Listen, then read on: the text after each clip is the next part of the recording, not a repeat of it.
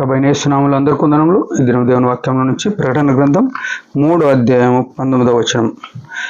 నేను ప్రేమించిన వారిని అందరినీ గద్దించి శిక్షించుచున్నాను గనుక నీవు ఆసక్తి కలిగి మారు మనసు పొందుము.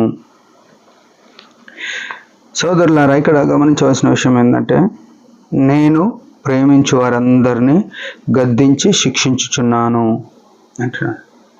చాలాసార్లు మనము దేవుని మందిరంలో ఉన్నప్పటికీ, వాక్యంలో ఉన్నప్పటికీ, వాక్య పరిచర్యలో ఉన్నప్పటికీ, యేసు రక్తంతో విమోచింపబడి రక్షింపబడిన అనుభవంలో ఉండి కొన్ని కష్టాల గుండా పోతుంటాం, కొన్ని వ్యాధుల గుండా పోతుంటాం, కొన్ని సంకటమైన పరిస్థితుల గుండా, ఆర్థికంగా ఉండొచ్చు, కుటుంబంగా ఉండొచ్చు, ప్రమాదవశాత్తు ఉండొచ్చు.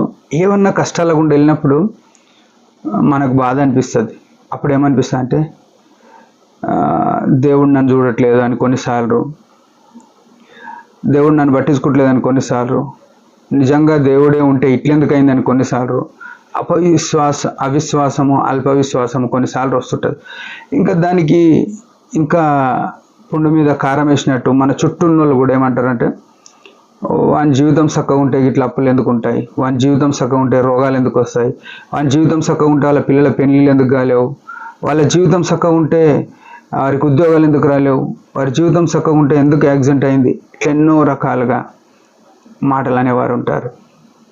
అయితే మనం ఏవెందుకని అని ఎవరికి సమాధానం చెప్పలేము. కానీ దేవుడు యేసు ప్రభు తన శిలువ రక్తంతో విమోచించిన వారికి ఒక ఆదరణకరమైన మాట ఏమంటున్నా అంటే, నేను ప్రేమించు వారందరినీ గద్దించి శిక్షించుచున్నాను అంటున్నాడు. ఆయన ప్రేమించినాడు కాబట్టే మనల్ని ఆ సంకటమైన పరిస్థితుల్లో తీసుకుపోతున్నాడు. ఆ సంకటమైన పరిస్థితుల్లో తీసుకుపోవడం ఎందుకంటే తను ప్రేమించినాడు కాబట్టి. అంటే అర్థమైంది, ప్రేమించిన వాళ్ళని శిక్షించాలన్నా అంటే, మనము తప్పు త్రోవలో పోయినప్పుడు, తప్పుడు మార్గంలో పోయినప్పుడు, దేవునికి దూరమైన స్థితిలో నడిచినప్పుడు ఆయన మనల్ని శిక్షించుట ద్వారా మనల్ని ఏం చేస్తున్నాడంటే, తన చెంతకు, తన పాదముల చెంతకు, తన సన్నిధికి, తన దగ్గరికి ప్రార్థన చేయడానికి మనల్ని సమకూరుస్తున్నాడు. ఆ విషయం మనం గుర్తుపెట్టుకోవాలి. ఒకవేళ మనల్ని ఆ శిక్ష గుండా తీసుకుపోకపోతే మనం అట్లనే లోకంలోనికి వెళ్తామని ప్రభువుకు తెలుసు కాబట్టి మనల్ని శిక్షించి ఏం చేస్తాడంటే, తన యుద్ధకు, తన చెంతకు రావాలని ఈ హింసలు, ఈ ప్రమాదాలు కానీ, రోగాలు కానీ, సంకటాలు కానీ, ఈ సూటుపోటు మాటలు కానీ అన్నీ మన జీవితంలో అనుమతిస్తాడు. వాటన్నిటిని బట్టి మనం ఏం చేయాలంటే, ప్రభు పాదముల చెంతకు రావడం కొరకే ప్రభు అనుమతించినాడు అని గుర్తుపెట్టుకోవాలి. అయితే ఇవన్నీ వచ్చినప్పుడు మనం ఏం చేయాలంటే, అదే మాట ఉంది. రెండో విషయం ఏంటంటే, నీవు ఆసక్తి కలిగి మారు మనసు పొందము అంటున్నాడు. అంటే మేము మారు మనసు పొందలేమా అంటే చాలాసార్లు చెప్పుకుంటాం మనం, మేము ఎప్పుడో మారు మనసు పొందినాం, మేము చాలా సీనియరు, మేము చాలా ఓల్డ్ సంఘంలో ఉన్నోళ్ళం అని చెప్పుకుంటాం. కానీ మారు మనసు అనేది ప్రతిరోజు పొందాల్సింది. మన మనసులో వచ్చే తలంపులు, ఊహలను బట్టి దేవునికి వ్యతిరేకంగా జీవితం ఉంటుంది.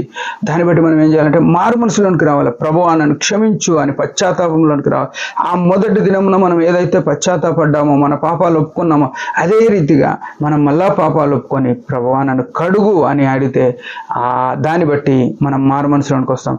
మన గర్వము, మన అహంకారం, మనం దేవునికి దూరమైన స్థితి అంతా కూడా పొడగొట్టుకొని ఆయన పాదముల చెంతకు వస్తేనే మనము జీవితంలో వర్ధిల్లేవారమై ఉంటాం, ఆయన సన్నిధిలో నిలబడేవారమై ఉంటాం.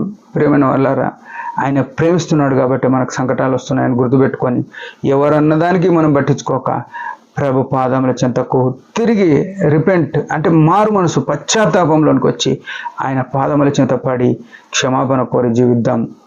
మనం అట్లా జీవిస్తే ఆయన వర్ధిల్ల చేసేవాడు అన్నాడు. ఆయన ప్రేమిస్తున్నాడని మనం గుర్తుపట్టగలుగుతాం.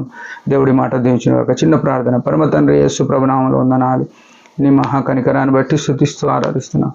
నమ్మదగిన దేవా, మమ్మల్ని ప్రేమించి నువ్వు గాయపరుస్తున్నావు.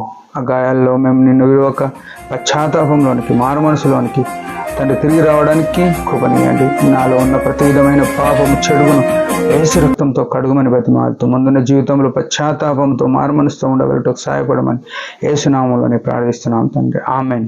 మీరందరి పరిచర్య గురించి భారంగా ప్రార్థన చేయండి. Praise the lord.